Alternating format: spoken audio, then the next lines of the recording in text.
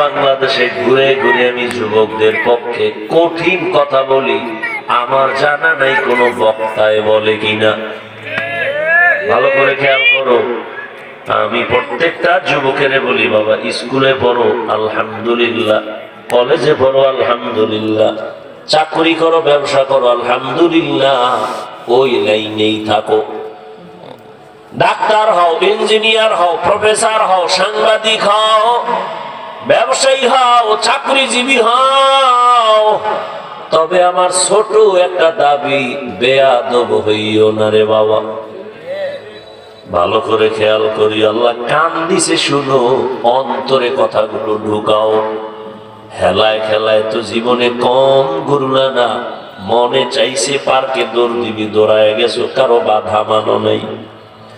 মনে চাইছে নাচ গান দেখবি, দেখছো, কেউ বাধা দিলে মানো নাই, বরং তাকে দুশ্মন বানিয়ে ফেলেছ।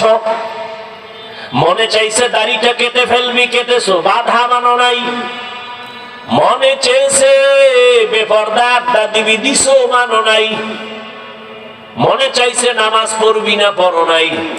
হেলায় খেলায় কম নষ্ট করলা না সময়, কয়দিন আর বাঁচবা? করোনায় যুবকের লাশ, ছাত্র জনতার বৈষম্য বিরোধী আন্দোলনে যুবকের লাশ, ডেঙ্গুতে যুবকের লাশ, গাড়ির নিচে যুবকের লাশ, পানির ভেতরে যুবকের লাশ, ঘুমের বিছানায় যুবকের লাশ।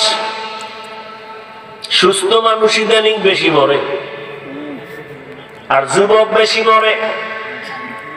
ডাক্তার বলে অসুস্থ লোকটাকে যা মনে চায় খাওয়াও, বাঁচবে না, কিন্তু সেই বেঁচে যায়, লাঠি নিয়ে কোনো হাঁটে, আর তার সামনে তার আপন সুস্থ ভাই মরে গেল।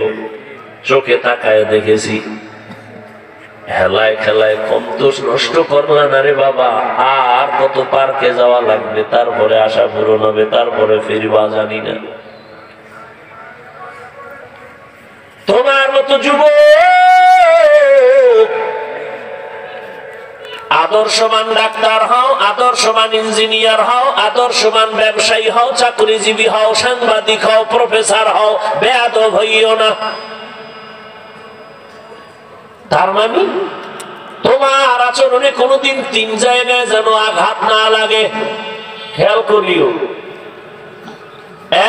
এক, তোমার কথায় আচরণে যেন কোনোদিন মা বাবার মনে কষ্ট না যায়।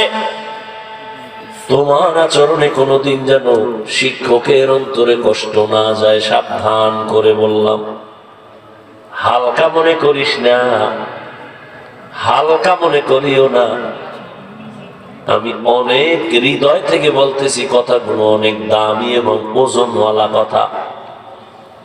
3 নাম্বার, আলেমের সাথে আচরণ দিয়ে বেয়াদবি করবা না, কষ্ট দিও না, কষ্ট পাইলেই এটা বড়দোয়া।